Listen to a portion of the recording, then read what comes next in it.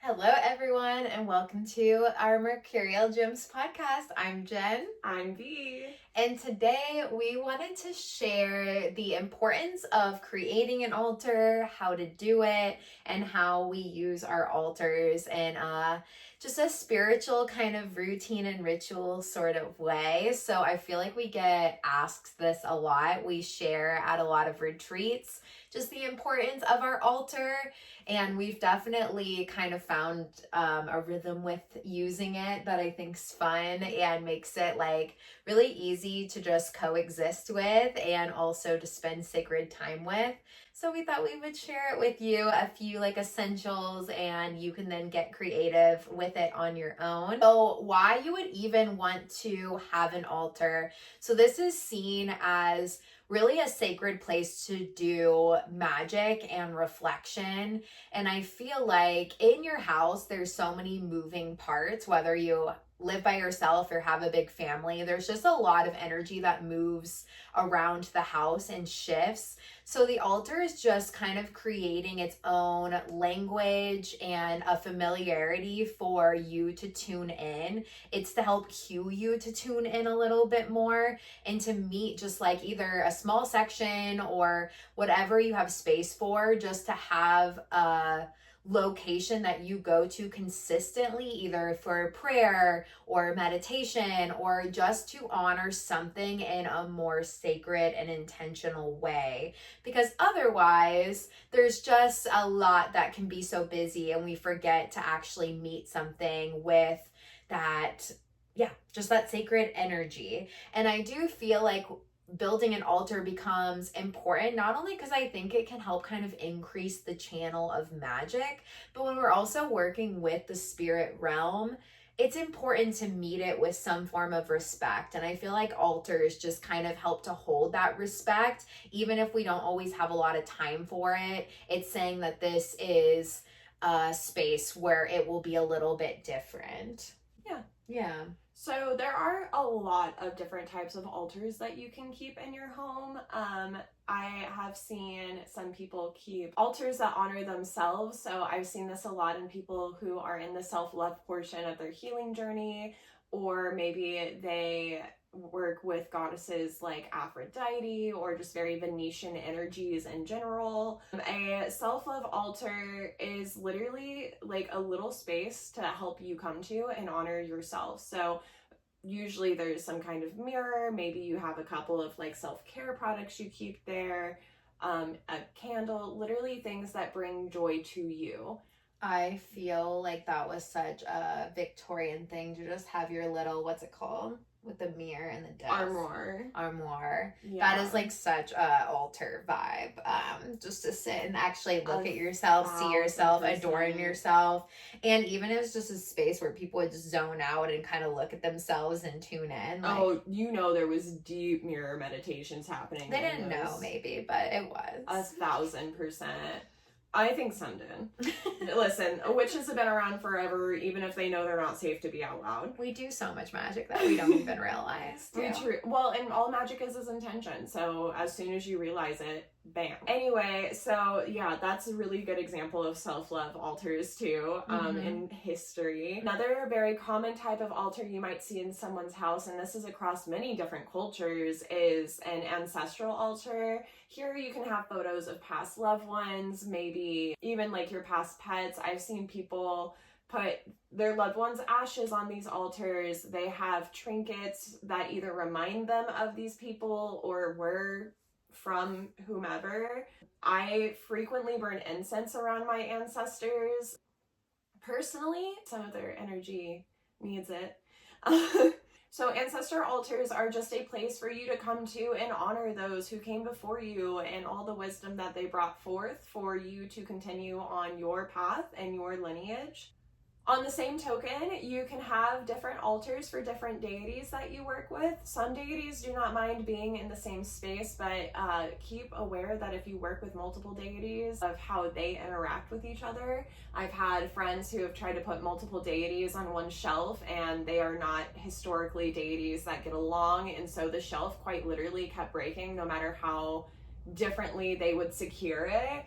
On a deity altar, it's kind of similar to ancestral, but it would be anything that honors that deity. Symbols, candles, colors, scents, anything that represents them for you and how you interact with them. And you can always search online what other people have put on their altars for the same deity, but I do highly encourage in the day and age of the internet that you still honor whatever internal like knowing and want you want to put on your altar. A really good example is that I work with Hades, and so normally they recommend putting like cypress, eucalyptus, mint, like very, I don't know what family mint is under, but very like opening scents. Like all of those scents are very traditionally used in herbalism for like opening sinuses and stuff like that. So like I do enjoy giving Hades those smells, but then sometimes I want to give him just like a little pumpkin. And you're not going to find on the internet of someone being like, yes, give Hades a pumpkin. Mm-hmm. But like I felt called to, so I honor that need and that call, because you are going to develop a personal relationship with whatever guides or deities that you're working with. But when it comes to a deity altar, this is again just a space where you're coming to honor that in which you're working with. If you have a specific working that you are contracted with a deity to do, I personally like to go to my altar before I start working on whatever that is. I've done a couple different things with Hades in the past. For example, every dark season make some kind of contract to do shadow work daily in order to help me shed what is no longer serving me and open myself up for the spring to come after winter. And before I start those shadow work prompts, I usually will go to him, maybe say a little prayer, light the altar. It doesn't have to be anything crazy. And I think it's important to note, like, your altar space might be a combination of everything Vi just shared. So you definitely can just have an intentional space and maybe just divide items out. So for us, Vi sort of has a working altar in our house. I have a working altar in the house, and I actually have deity stuff throughout my altar. I have an ancestor section on my altar, and I would say like we have like little cleansing plates on both of our altars where we take our jewelry off every day and put it on in the morning. And that's 2 checkpoints where, you know, it holds that kind of self-love energy, but it's also 2 checkpoints where I spend some time in gratitude and just thanking. Now Vi keeps shelves over their altar that honors different things as well. So if you do have more space, you can definitely divvy it out. But I just want you to know that there's no pressure. If you don't have a lot of space, you can carve out for you. You can also just kind of figure out how to represent multiple things. And I think intention above all really matters. And then the other thing that we like to teach people to do with their altar. Now, I think it's always very important, especially when you're calling in, like Vi was saying, a new contract towards certain work, or if there's like a new or full moon that you're working with. I always think it's beautiful to keep something of each of the elements on your altar. So for mine, I keep a constant working of air, earth, fire, water. So I will charge moon water on moons that feel really like an energy I want to harness, and I will keep that. We've also collected water at oceans and rivers that I will put on my altar as sort of an offering, but also to represent just the spirit of the element water, because I believe when we call in all the elements, it helps kind of enhance that spiritual connection. Now for air, I usually symbolize that with feathers or tools of communication. So all my pendulums, my dowel rods, things that I use for talking, I kind of use as the symbolism for air for me.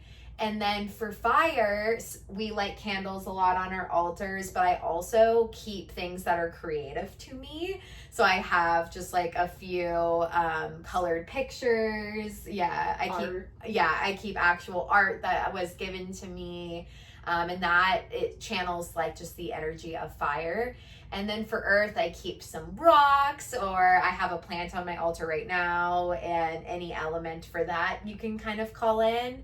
And what V and I do, V's altar functions a little different with the deities, but we reset my main altar within every season change. So this can be something that you just like put as a reminder in your phone or set it on your calendar, that when the season changes, you can also just use that as a time to check in, maybe clean your altar, really reset it in a deeper way besides just maybe like an incense cleanse every so often. And we actually use the altar to enhance the magic of the season. So for fall, we added in a lot of oranges and yellows and changed the main cloth over the altar to like fit that color energy of fall. We added some leaves and acorns and kind of called in that, because I do think there's really sacred spirit connection and magic just to the seasons overall, and using that to kind of amplify can be helpful. You also, I think we both, with the seasonal altar, as we do things throughout the season, if we're like on a hike and we see like a stick that resonates, like we will bring that back and add it to the altar till the end of the season. These altars also work as an added layer of protection in your home. If you're someone who wards your house, obviously your wards act as a layer of protection, but having an altar in a space where like you have guides or yourself or whatever big magic you're working with is just like right there, it is a beacon of protection and love and keeping your space safe. And I think you can add in any sort of crystals that support you on your journey. I also think it's a space that can be, like you said, more charging.